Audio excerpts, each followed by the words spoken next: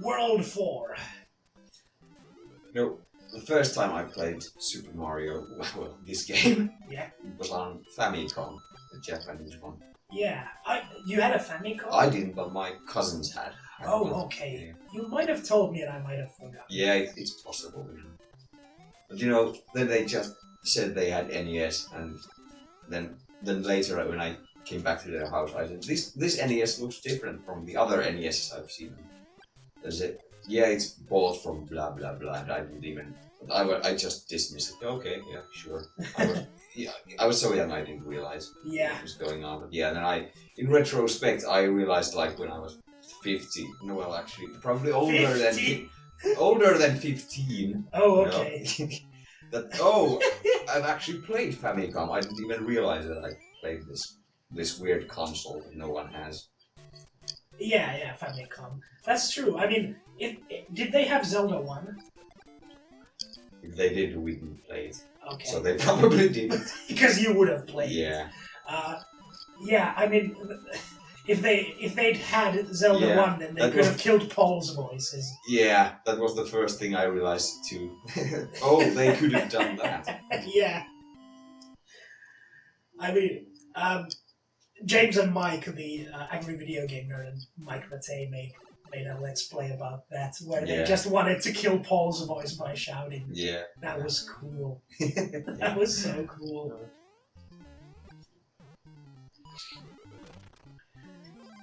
You didn't have Zelda 1 as a kid, did you? I did. You did? But I got it after I had Zelda 2.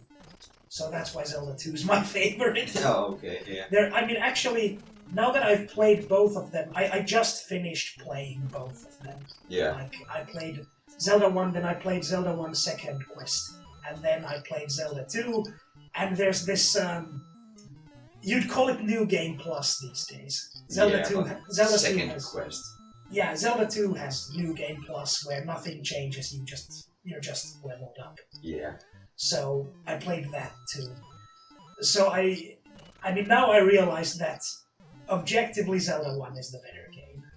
It's better designed. But my favorite is still Zelda 2. Yeah. First one I played was A Link to the Past. It blew my mind. As it should. I never had A Link to the Past.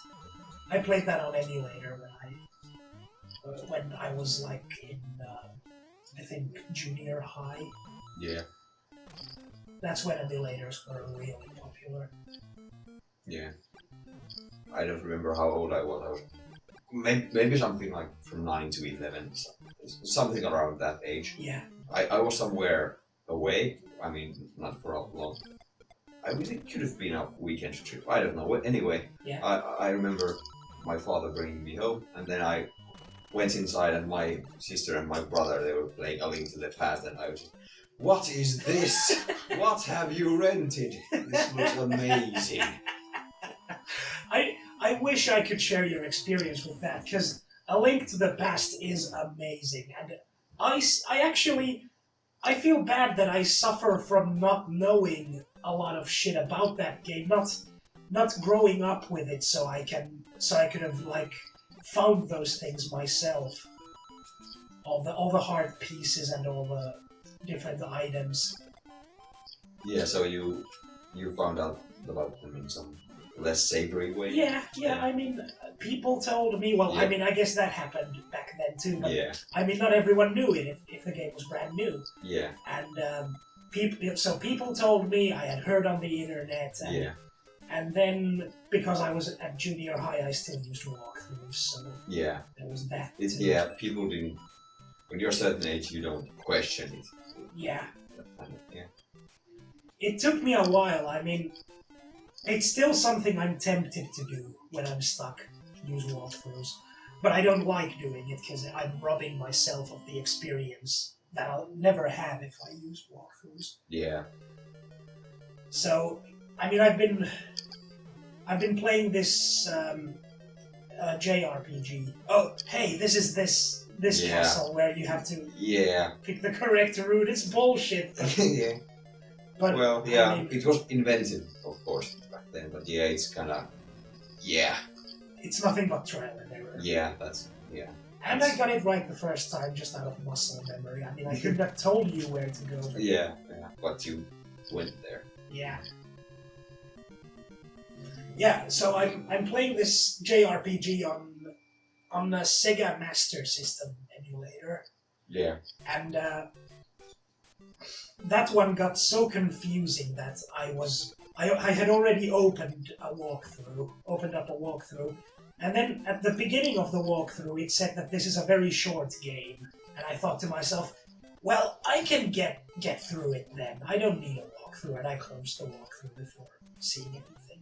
Yeah. So, and actually I ended up having quite a bit of fun with how I solved being lost in that game. I started making a map. Yeah.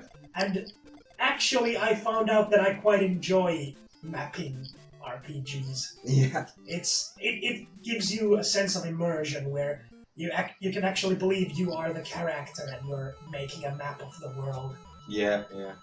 It's fun. Yeah. I played the first Zelda and Metroid fairly recently. Well, I didn't finish Metroid 1, but anyway, both of them, when you go to Ganon's castle in Zelda 1, I liked mapping it out. And Yeah. when you play Metroid, you're kind of...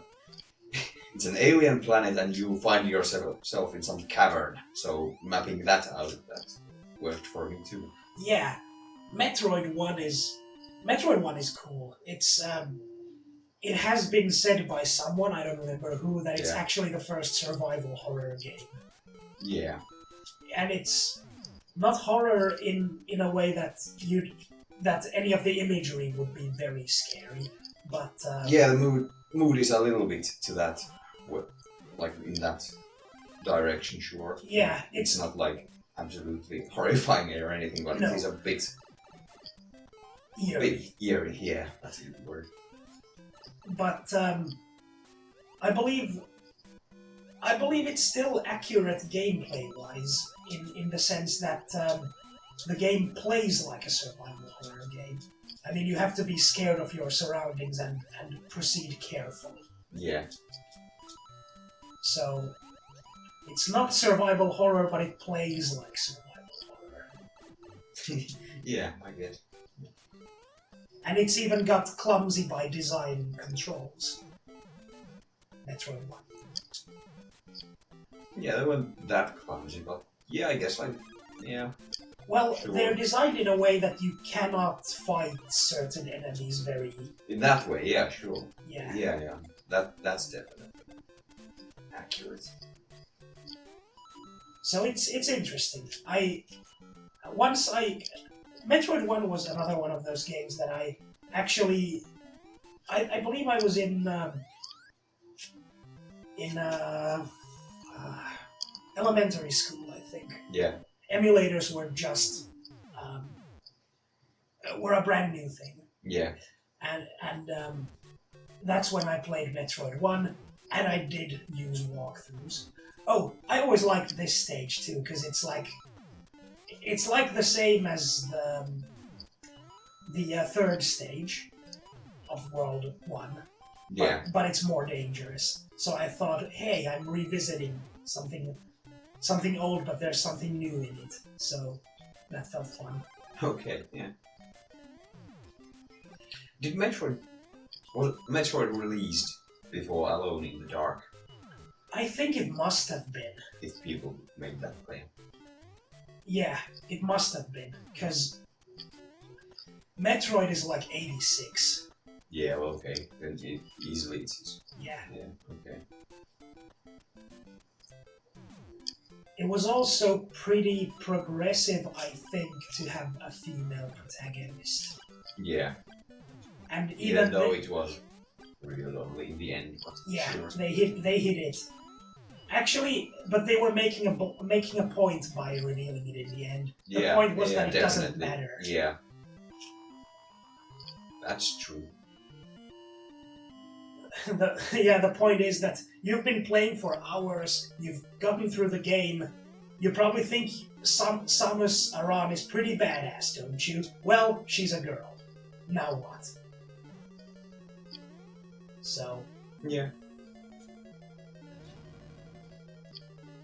That's cool. That's my opinion on that. Yeah. Not gonna slide under that. You definitely should. Well, you can't backtrack, so. Yeah, I mean, if you had said that when I was there, I would have, because I'm a daredevil. Yeah. I once proposed to a store. What's the word I'm looking for? I have no idea what kind of story I will going to tell, so. I've never told you this. As a dare, I proposed to the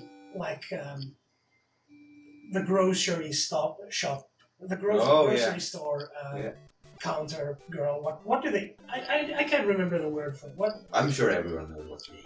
Yeah. We're not native English speakers, so I don't know what's the term for it, but anyway. Well, the cashier girl. The cashier girl, yeah. I'm gonna tell you that story next time. So stay tuned. Yup. Did Dozer get engaged?